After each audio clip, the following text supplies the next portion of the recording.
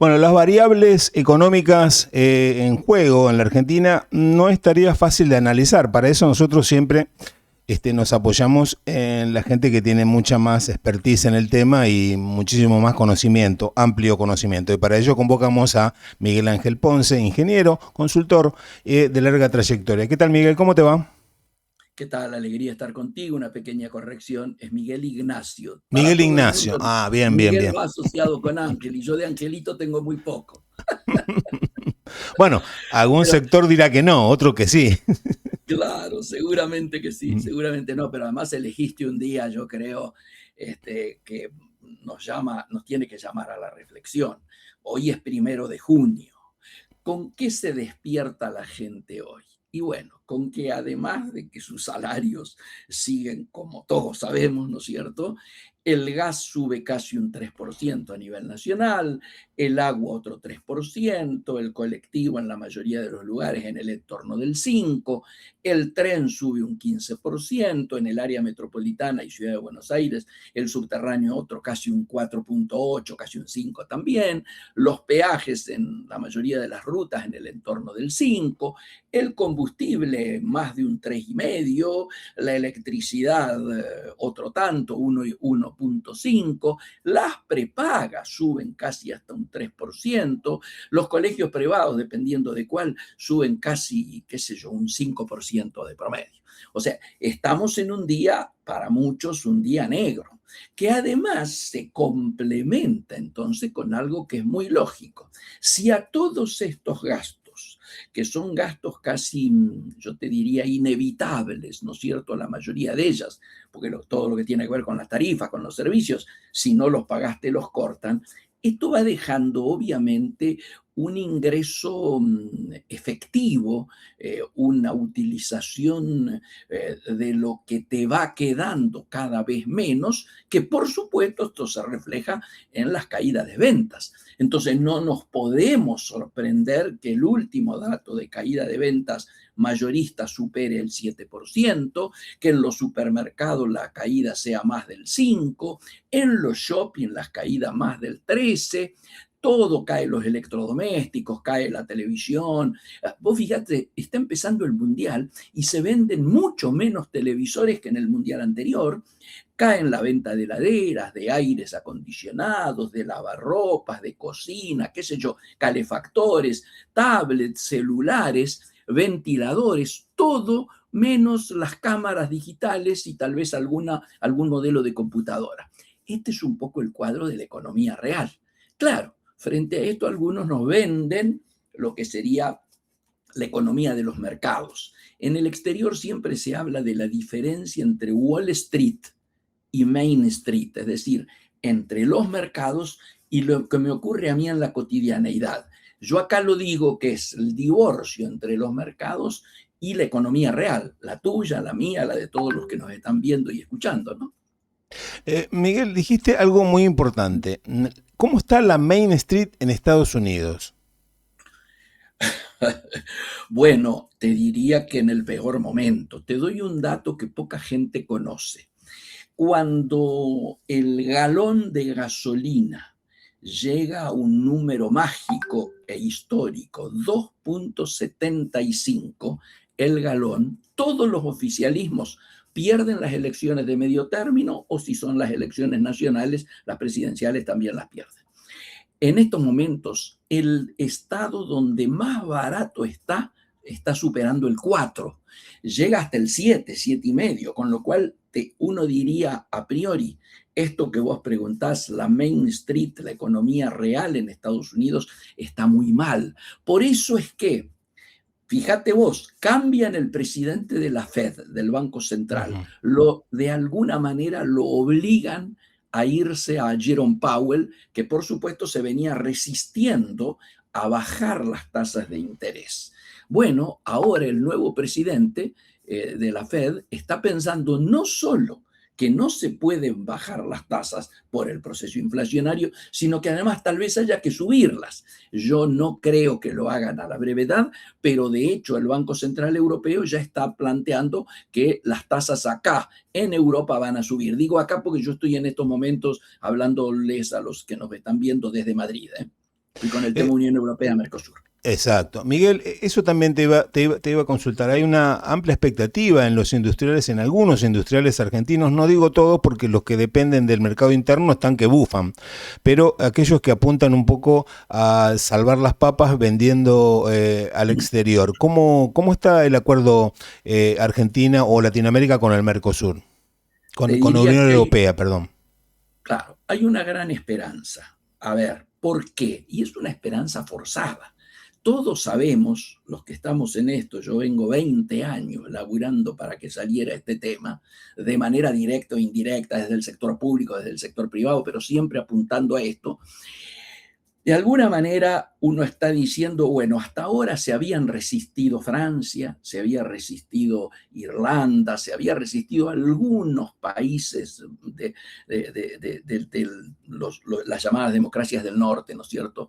Y sin embargo, cuando Trump les pone ese vergonzoso acuerdo por el cual grava los aranceles con un 15% de toda la producción europea, en esa imagen inolvidable de humillante de Ursula von der Leyen yendo a firmar al campo de golf propio que Trump tiene en Escocia, para firmar ahí el que cuando en Inglaterra había firmado por el 10, o sea, en el lugar donde había acordado un acuerdo por el 10, obligaba a Europa a firmar por el 15.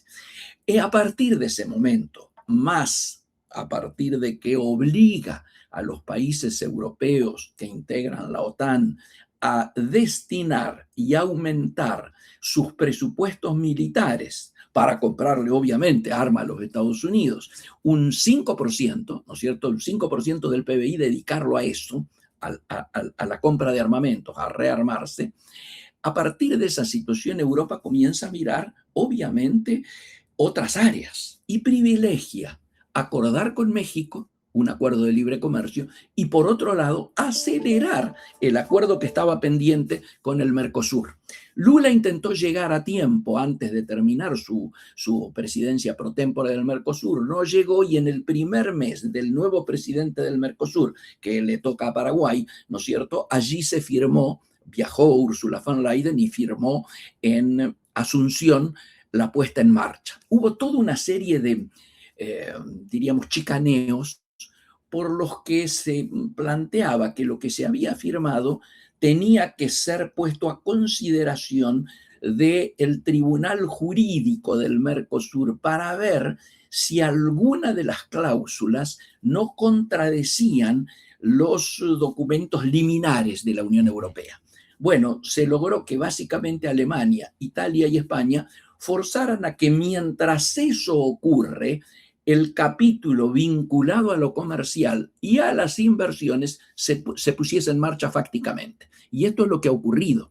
Claro, se está necesitando que el tema este de la guerra, Hormuz, Irán, etcétera, finalice y se aclare un poco para entonces sí acelerar. Pero fíjense ustedes la oportunidad que tiene Argentina, no solo en esto que vos bien traías de que pudiéramos colocar nuestras producciones, ojalá con el mayor valor agregado posible, sino además en el tema energético. Vos acordate que Estados Unidos, por el tema Ucrania, Rusia, obligó a los europeos y castigó a los europeos que siguieran comprando el gas y el petróleo ruso, claro. y de esa manera se cortó el abastecimiento desde Rusia. Meses después, con el tema Irán, se corta el abastecimiento que venía de Medio Oriente. Por lo tanto, nuestro petróleo, nuestro gas, vaca muerta, pasa a ser diríamos, un diamante mirado con mucha atención. Nosotros tenemos superávit, ¿no es cierto?, en nuestra balanza comercial. Por lo tanto, ya podríamos comenzar a exportar energía a la Unión Europea en los marcos del acuerdo. Pero además, en los marcos del acuerdo podríamos recibir inversiones para efectuar las obras de infraestructura, los puertos, algunos temas de regasificación, acelerar algún gasoducto, de manera tal de potenciar esa exportación hacia Unión Europea a partir de las inversiones que ellos mismos realicen. En joint venture seguramente con empresas argentinas o nacionales o de la región. Por eso hay una oportunidad muy grande. Yo espero que rápidamente este tema de Irán quede atrás, demos vuelta a la hoja, porque entonces seguramente, pasado este verano europeo que empieza en muy pocos días, yo creo que vamos a notar una importante aceleración de lo que tiene que ver con los acuerdos. Hay un problema, te lo tengo que decir entre nosotros.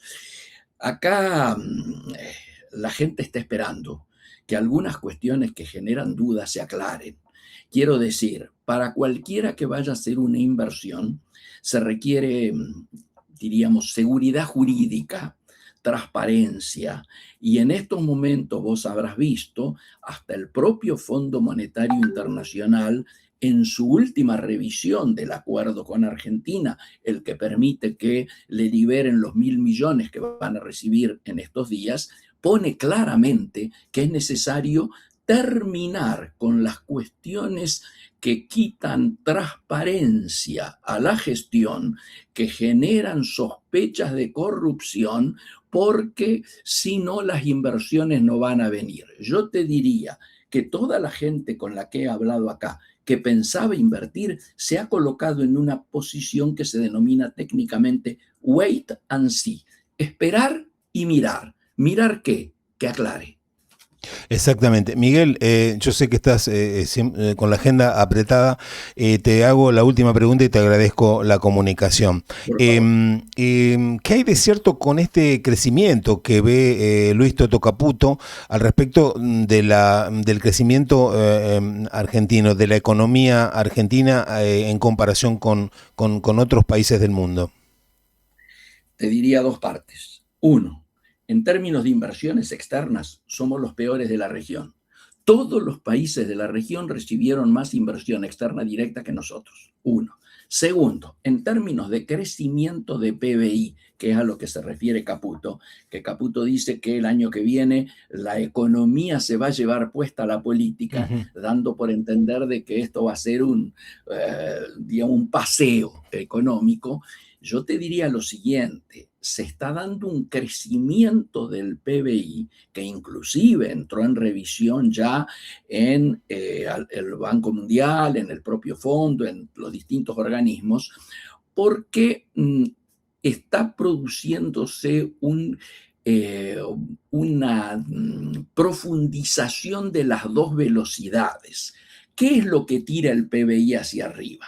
Obviamente oil and gas, minería, ¿no es cierto? Minería, algo vinculado a agroindustria, no toda, porque economías regionales tira para abajo, y paradójicamente, pero no tiene que sorprendernos, la intermediación financiera. Todo lo demás, lo que tiene que ver con consumo interno, lo que tiene que ver con comercio, lo que tiene que ver con la construcción, lo que tiene que ver con la industria, todo eso tira hacia abajo. Obviamente es donde se genera la mayor cantidad de mano de obra. Te cuento, yo trabajé en la Organización de Naciones Unidas para el Desarrollo Industrial, sede en Viena. Me han hecho llegar el último informe de destrucción de industrias, o sea, la evolución de la industria en los últimos 2 años.